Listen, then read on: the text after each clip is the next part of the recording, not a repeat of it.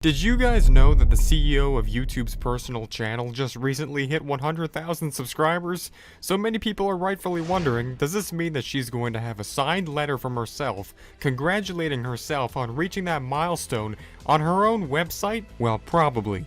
And it's pretty epic. But that also brings to mind, on that very note, an interesting statement is made in that 100K plaque. We know numbers on YouTube can get really big, but we hope you don't lose sight of reality. That statement is extremely true, and well, that's exactly what we're going to be doing in this video. Losing sight of reality and pretending that YouTube channels are now countries. How would the world look if instead of areas of land with people and government, we had a country for each YouTuber from the smallest to the largest? I know this is the type of question you ask yourself while tossing and turning at night, but for real, what would it be like? My name is Dallas, aka Infurness, and I'll be starting this simulation for us today. First of all, in order to do this, we need to make some slight adjustments to the world to fit this reality. Just kind of a little bit of everything being changed. For the most part, land is gonna be an issue, because there's already war after war in the, real world regarding the land and property. And there's only a little bit more than 200 countries in real life. That's just about the amount of Instagram live viewers I get.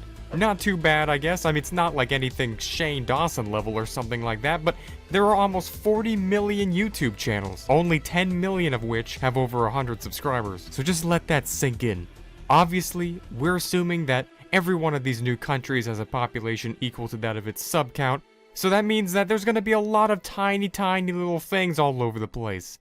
I mean, like, you're gonna be walking your dog, and by the time that you get to the end of the block, some foreign guy is gonna be asking for your passport because you crossed 3 borders. You cannot be here. So let's get to the nitty-gritty of this. We have a normal world map right here, as you can see. It looks pretty normal unless you live in like North Korea or something, so we're gonna put that off to the side here. Now, without further delay, after hours of analysis and studying, I can predict that indeed, here's what the YouTube channel country map looks like. So let's get a close-up on that. What are all these dots, you may ask? Well, you're probably in there somewhere, maybe near Antarctica or the middle of Africa, who knows? But this is the most accurate depiction of how the land area in this world works. Let's take a look at the most obvious predictable results first. The biggest countries all have to have a population density that is completely equal. Otherwise, there would be no way to get a good visual of how their size compares. So for this, since all subscribers of all channels combined is way bigger than the real world population, I had to go with a very uncomfortable worldwide population density equal to that of Los Angeles County in California. I guess it's not that uncomfortable in retrospect, especially if you love seeing nothing but Priuses around every corner, but overall, it's habitable. It's like the whole world is one massive spread out city-state. The population of this world is about 10 billion. And the biggest country would be, of course, T-Series by land size, with over 140 million people. So basically, India is the biggest country in both of our parallel universes. So based off of geography and land distribution, the biggest countries, aka run by YouTubers, will have to mainly be centralized in the Eastern Hemisphere. PewDiePie is the northern region where Russia and Europe would be, so we'll just put a wide PewDiePie meme here. And T-Series would be towards the south, slightly bigger with a landmass nearly the size of the Roman Empire. Dang, son. Interestingly enough, if we run the numbers a bit more and assume the average net worth per person being around $50K in all the countries, and damn, that would be pretty nice, along with all the estimated factors, PewDiePie's country alone, based off sheer demographics, would still be the richest at an estimated $7 trillion GDP. That's one expensive YouTube channel. That would also be the second richest country in the real world. The biggest countries of the Western Hemisphere being right here, aka this, would be Dude Perfect, Vanoss, Shane Dawson, Mr. Beast, Ninja, and they would all share the Northern American continent to form a superpower of nearly 100 million subscribers. For instance of scale here, here's my channel, located a bit off of California, just big enough to fill in a good portion of LA, and some more randoms down south near San Diego, and some island countries off the coast. Down near Central America, we'll see a whole lot of smaller channels from the range of 500 to 1 million subscribers, and down towards South America, we'll have Markiplier and Jacksepticeye confiding over the entire landmass of Brazil. Coco Melon is about the size of all of Argentina, and the YouTube music channel takes up just about all of Chile. So if you have a YouTube channel from 100 to 1,000 subscribers, you'll probably end up somewhere out here with your very own island out of the Pitcairn Islands. And if you're from 1 to 10,000, you'll probably land somewhere in the spread out smaller regions of the Philippines. Either that, or you'll just have one big floating country by the means of a cruise ship, in which case you'd be pretty safe in case of a real-life YouTube war. Also, the entire FaZe clan would occupy the landmass of Australia, with How to Basic getting the small south portion, including Tasmania. If you're from 100k to 1 million subs, you'd end up as a small country in the Caribbean. 10 million or more would land you as a country in Africa, all the way up to Europe. Now that's all great, but what happens when everyone goes to war?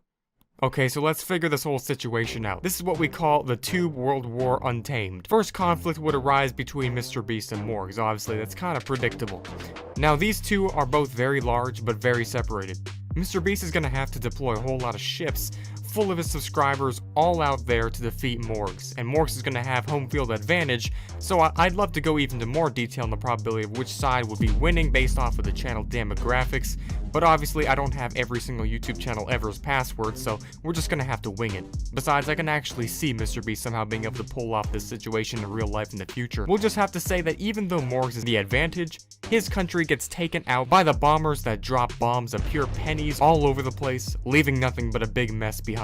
So now we have a big open space of land, and since PewDiePie is big and powerful and nearby, he says it's free real estate and attempts to spread his size down there. But now, not so fast, because oh no, T-Series wants that land instead. Here comes IRL PewDiePie versus T-Series. Okay, now PewDiePie has the highest GDP out of all the other countries, so he can afford more resources for his now 19-year-old army to use. But unfortunately, T-Series has mass-produced YouTube accounts to mass dislike bomb PewDiePie's entire country. And since they're so far away geographically, they simply can't defeat each other, so they both give up in a tie, leaving the land empty once more. But not for long, because someone else has a master plan and pulls a fast one. Coco Melon, once again, the third largest country in the world, instantly invaded the land while no one was looking, threatening world domination over even PewDiePie. Meanwhile, Ninja goes off to war with the entire continent of FaZe, formerly known as Australia, and now with his newfound YouTube streaming powers, it's looking like he might actually have a chance. But unfortunately, How to Basic has just way too many intercontinental egg missiles for him to handle, and shoots multiple warning shots to ward off the attack, saving the whole portion of the world an invasion. I'm sorry, Ninja, maybe next time. By the way, Drama Alert and Scarce share both Haiti and the Dominican Republic in this simulation, but they're relatively peaceful in recent times. You have no idea how long it took to make this map, so if you could just kindly nuke the like button on this video right about now, that'd be great. So yeah, that's the world in YouTube terms. I'll have you able to download this whole thing in the description so you could try out for your own scenarios, or just look at the thing. It's very, very, very big, like seriously. So I'll see all of you guys in the next one. Goodbye.